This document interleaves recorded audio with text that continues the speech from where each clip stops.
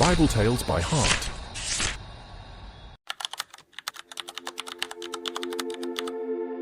There was once a place in Jerusalem called the Pool of Bethesda.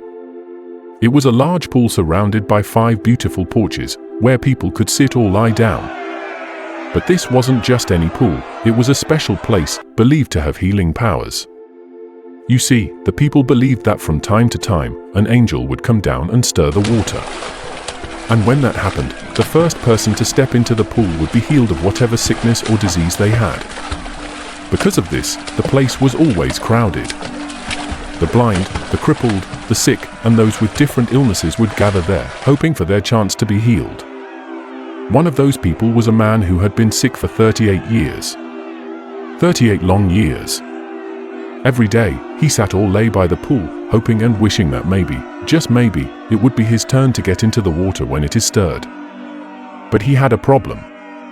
He couldn't walk. And because he was alone, he had no one to help him into the water. Every time the water moved, someone else would rush in ahead of him. Year after year, he watched others get their healing while he remained in the same place, still hoping, still waiting. But one special day, everything changed. Jesus, the Son of God, came to Jerusalem for a festival. While he was there, he walked by the Pool of Bethesda. And as he looked around, he saw the sick, the blind, and the crippled people lying there. Then, his eye settled on the man who had been sick for 38 years. Jesus, full of love and kindness, knew exactly how long the man had been suffering. He walked over to him, leaned in gently, and asked him a simple, yet powerful question. "Do you want to be made well?" The man looked up at Jesus. He didn't know who he was. With a tired, broken voice, the man replied, "Sir, I have no one to help me into the pool when the water is stirred. While I'm trying to get in, someone else always goes down ahead of me." He thought that his only chance for healing was the water in that pool. But standing right in front of him was Jesus, the true source of life and healing. Then Jesus said something truly amazing. Just like that. No stirring of the water.